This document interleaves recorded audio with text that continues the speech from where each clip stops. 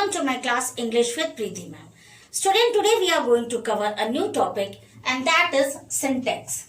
Syntax means क्या होता है? Syntax means correction of sentences. यानी ये 12th के बोर्ड एग्जाम में ये सिंटेक्स आता है और ये सिर्फ उसी 12th में इम्पोर्टेंट नहीं है, ये आपको जो भी कॉम्पिटिटिव एग्जाम्स है उसमें भी ये बहुत इंपॉर्टेंट है क्योंकि एरर फाइंडिंग करना आता है।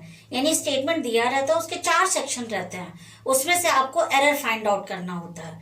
तो जब आप रूल्स को जानेंगे तभी इजिली एरर्स को फाइंड आउट कर पाएंगे। तो चलिए देखते हैं क्या है syntax. So just see statement 1, you as well as he is guilty. Student, इसका रूल क्या है?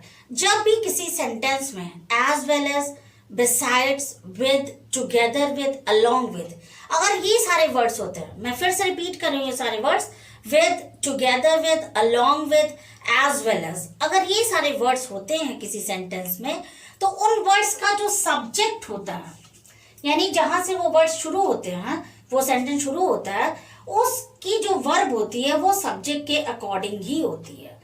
कहने का ये मतलब है, जैसे ये क्या है, you as well as he, यानी यू जो है हमारा जो सब्जेक्ट है उसी के हिसाब से हमारी वर्ब आती है।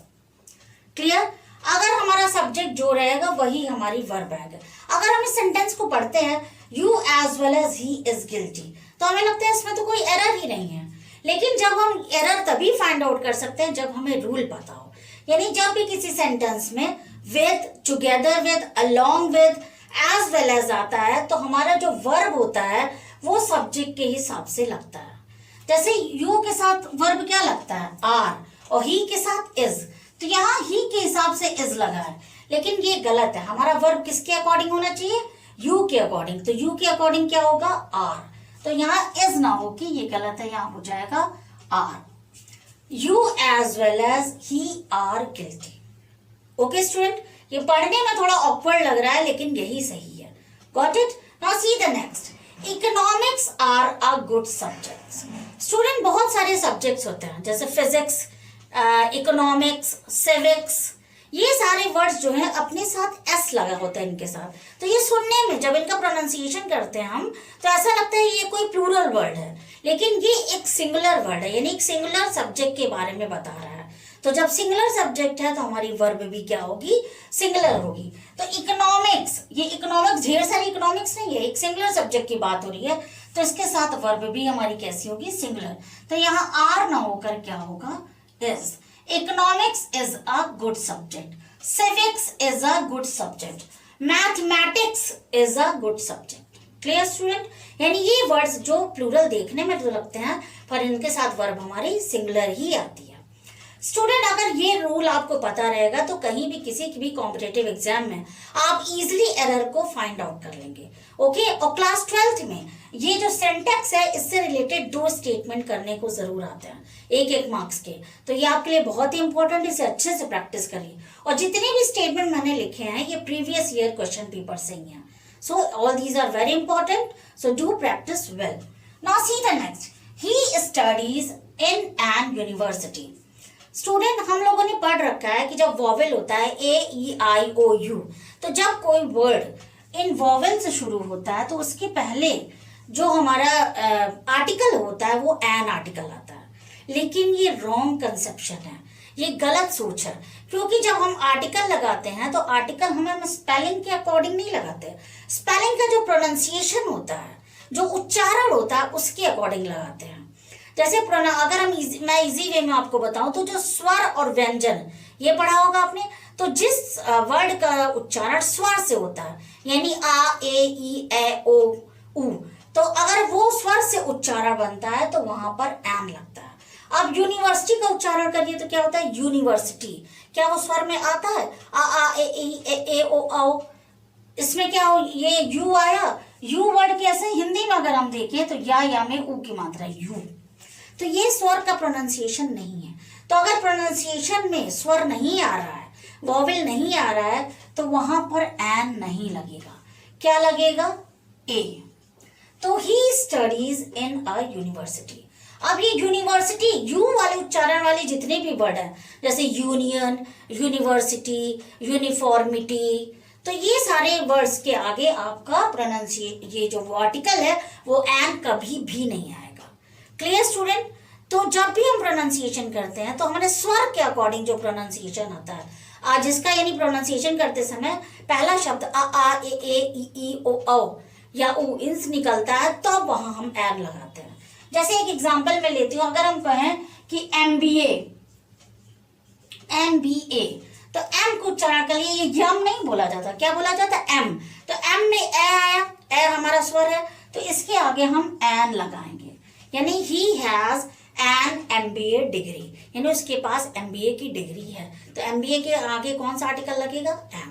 Clear student? ये मैं आपको समझाने के लिए बता रही हूँ कि ये यू से जो प्रोनाउंसिएशन होता है, यूनियन हो, यूनिफॉर्मिटी हो, यूनिवर्सिटी हो, तो उसके आगे एन नहीं यूज होता बल्कि आ यूज होता है। और अगर यूनिवर्सिटी कोई स्पेसिफिक हो, यानी उसका किसी का नाम दे दिया जाए, जैसे इलाहाबाद यूनिवर्सिटी, तो उसके आगे द लग जाएगा। Clear? Now see the next, one should do his duty. अब इसमें क्या है? इसमें तो कुछ एरर दिख ही नहीं रहा, हर इंसान को अपनी ड्यूटी करना चाहिए। लेकिन स्टूडेंट जैसे कि एक यूनिफॉर्मिटी होती है, जैसे I am doing my work, you do your work, she does her work. इसी तरह वन के साथ हमेशा क्या आएगा?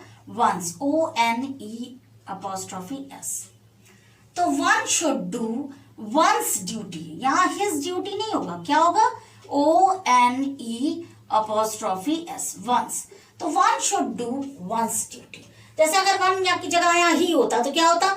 ही should do his duty. She होता तो क्या होता? She should do her duty. They होता तो क्या होता? They should do their duties. इसी तरह अगर वन है तो one should do one's duty. अब वंस कैसे लिखा जाएगा? ONE''S, यानी एक इंसान को अपना काम करना चाहिए। One should do one's duty, यानी वन के साथ वंस का कॉम्बिनेशन है। Clear? Now see the next, Ravi beats him by a stick.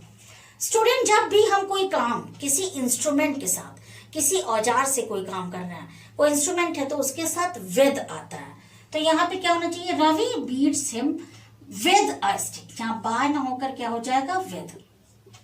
जैसे मैं मार्कर से बोर्ड पर लिख रही हूं तो क्या होगा?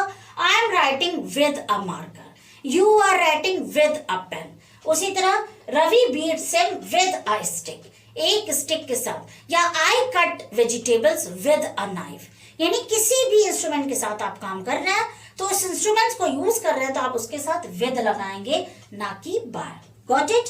आई होप ये सारे रूल्स आपको समझ में आ रहे होंगे, क्योंकि अगर रूल्स आपको क्लियर होगा तो स्टेटमेंट में कुछ भी लिखा हो, अगर आप रूल्स जानते हो तो आप जल्दी से एरर को फाइंड आउट कर लेंगे।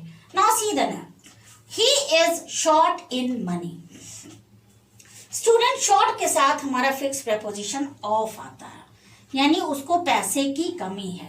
He is short of money, want of money, need of money, यानी इन सारे वर्ड्स के साथ ऑफ प्रेपोजिशन आता है। Clear? Next, study well लेस्ट you may fail. Student this is very important. ये जो स्टेटमेंट है लेस्ट वाला, लेस्ट मीन्स क्या होता है? अदरवाइज, नहीं तो। क्या कह रहा है? स्टडी वेल, अच्छे से पढ़ाई करो। लेस्ट मीन्स क्या होता है? अदरवाइज, नहीं तो यू मे फेल, तुम फेल हो सकते हो। अब इसमें क्या आ रहा है? ये तो सही कह रहा है, लेकिन एक वर्ड आपको पता होना चाहिए, जब भी सेंटेंस में लेस्ट वर्ड आता है तो इसके साथ हमेशा शुड आता है, SHOULD। शुड, यहाँ में ना होकर क्या होगा? शुड। स्टूडेंट ये कॉम्पिटिटिव एग्जाम में अक्सर ये क्वेश्चन आता है, study well लेस्ट you should fail. Clear? यानी लेस्ट जब भी आएगा तो उसके साथ शुड का कॉम्बिनेशन आएगा। Got it? See the next, prevention is good than cure. अब इसमें देखिए क्या है, इसमें THAN देन आया। देन क्या है? ये एडजेक्टिव की कंपैरेटिव डिग्री है, और जब एडजेक्टिव की कंपैरेटिव डिग्री यूज होती है तो उसके साथ हमारा जो कंपैरेटिव डिग्री वर्ड आएगा, जैसे टॉल का टॉलर, गुड का कंपैरेटिव क्या होगा? बेटर। तो यहाँ गुड ना होकर क्या होगा? Better. Prevention is better than cure. Okay, now see the next, I prefer coffee than tea. यानी मुझे कॉफी ज्यादा पसंद है टी से। प्रेफर, ये देखिए प्रेफर वर्ड है, कंपैरेटिव डिग्री है। लेकिन ये जैसे मैंने प्रीवियस वीडियो में भी बताया आपको, कुछ वर्ड्स जैसे जूनियर, सीनियर, इंफीरियर, सुपीरियर या प्रेफर, अगर ये कंपैरेटिव डिग्री वाले वर्ड हैं आपके सेंटेंस में, तो इसके साथ देन, THN देन नहीं आता, बल्कि क्या आता है, TO2। I prefer coffee to tea. Clear? याद रखिए, जब भी इंफीरियर, सुपीरियर, जूनियर, सीनियर या तो फिर प्रेफर ये वर्ड आता है तो वहां कंपैरेटिव डिग्री में THN देन नहीं लगता, बल्कि TO2 लगता है। ओके, तो प्रेफर के साथ हमेशा टू का कॉम्बिनेशन आता है। सी the next, he is true of his words. Student, इसका क्या मतलब है, यानी वो अपनी बातों का बिल्कुल पक्का है, अपने शब्दों का, अपनी जबान का पक्का है। तो जबान का, ऑफ मीन्स क्या होता है, का, ये तो सही लग रहा है, लेकिन यहाँ प्रपोजिशन में ही एरर है। ट्रू टू हिज वर्ड्स होता है, यानी he is true to his word, अपने वादों, अपने बातों का वो पक्का है। यहाँ ऑफ ना होकर ट्रू होगा। Got it student? मुझे आई होप ये 10 स्टेटमेंट जो मैंने आपको रूल्स के साथ एक्सप्लेन किया आपको क्लियर हो गया होगा। चलिए चलते हैं नेक्स्ट देखते हैं। सी स्टेटमेंट 11, गिव मी 4.5 रुपीज। अब इसमें क्या है, यानी 4.5 यानी 4 रुपीज एंड हाफ रुपीज मुझे दो। लेकिन स्टूडेंट, जब भी हाफ वर्ड आता है तो उसको ऐसे अकेला नहीं रखा जाता, बल्कि उसके साथ ए आर्टिकल लगता है। Give me 4.5 rupees, give me 3.5 rupees, यानी जब भी हाफ वर्ड आएगा, एंड आएगा, तो एंड के साथ आपका अ भी लगेगा, एंड अ हाफ, इस तरह से लिखते हैं। Okay, now see the next, the train started before I arrived. Student, जब किसी स्टेटमेंट में बिफोर या आफ्टर वर्ड होता है तो इसका मतलब वो आपका पास्ट परफेक्ट टेंस से रिलेटेड है। इसमें दो एक्शन हो रहा है, एक एक्शन पहले होता है और दूसरा एक्शन बाद में। तो जो एक्शन पहले होता है उसको हम पास्ट परफेक्ट टेंस में रखते हैं, और जो बाद में होता है उसे पास्ट इंडेफिनिट में। कौन से सेंटेंस में? जिसमें बिफोर या आफ्टर हो। तो इसमें क्या है, द ट्रेन स्टार्टेड, यानी ट्रेन पहले पहुंच चुकी थी, पहले जा चुकी थी, बिफोर आई अराइव्ड, यानी मेरे पहुंचने से पहले ट्रेन जा चुकी थी। पहले क्या हुआ, पहले ट्रेन गई, इसलिए हम इस सेंटेंस के इस पार्ट को किस में रखेंगे, पास्ट परफेक्ट में। पास्ट परफेक्ट में क्या होता है, हैड के साथ वर्ब की थर्ड फॉर्म होती है। तो द ट्रेन, यहाँ पे क्या लगाएंगे, हैड वर्ब की थर्ड फॉर्म स्टार्टेड ही है, तो the train had started before I arrived. Clear student? This is also most important statement. ऐसे स्टेटमेंट अक्सर कॉम्पिटेटिव एग्जाम में आता है। सी the next, the English is a good language. अब इसमें क्या गलत है, the English is a good language. लेकिन जब भी हम लैंग्वेज की बात करते हैं, वो चाहे हिंदी हो, इंग्लिश हो, उर्दू हो, संस्कृत हो, कुछ भी हो, तो उसके आगे कभी भी आप आर्टिकल नहीं यूज करते हैं।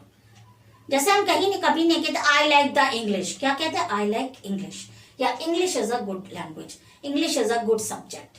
ओके, तो यानी जो भी आपका सब्जेक्ट है वो उसके आगे आप, उसके पहले आप कोई भी आर्टिकल यूज नहीं करेंगे। See the next, I, you and he went to Delhi. Student, आप जैसे जानते हैं प्रोनाउन की 3 फॉर्म होती हैं। प्रोनाउन के 3 पर्सन होते हैं, first person, second person, third person. तो जब किसी स्टेटमेंट में तीनों पर्सन आ जाए, आई कौन सा, first person, you second person और ही थर्ड पर्सन, तीनों पर्सन एक ही स्टेटमेंट में आ जाए, तो आप फर्स्ट सेकंड थर्ड ऐसे नहीं लिखेंगे। आप कैसे लिखेंगे, 2 3 1। इसका क्या मतलब है, पहले सेकंड पर्सन आएगा, फिर थर्ड पर्सन आएगा, फिर फर्स्ट पर्सन आएगा। तो इसमें क्या सही होगा, पहले सेकंड पर्सन क्या है, पहले हम क्या लिखेंगे, यू, फिर थर्ड पर्सन लिखेंगे ही, और फिर फर्स्ट पर्सन एंड आई। तो इसका ये सही ऑर्डर होगा। फिर से सुन लीजिए, अगर किसी स्टेटमेंट में प्रोनाउन के तीनों ही पर्सन एक साथ आ जाते हैं तो उसका सही ऑर्डर होगा 2 3 1, यानी पहले सेकंड पर्सन, फिर थर्ड पर्सन और फिर फर्स्ट पर्सन। तो ये इसका सही ऑर्डर होगा, you, he and I went to Delhi. Got it student?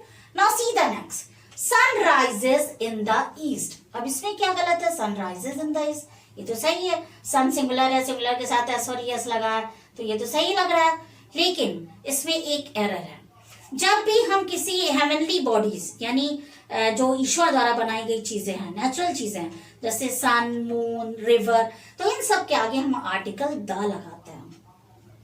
तो यहाँ पर क्या होगा, the sun rises in the east. Okay student, इन सब में आर्टिकल से रिलेटेड और प्रेपोजिशन से रिलेटेड बहुत सारे एरर होते हैं जो आपको फाइंड आउट करना है। ये तभी हो सकता है जब आप रूल्स के बारे में थोड़ा सा जानकारी रखते हैं। See the next, Ravi together with his friends are going.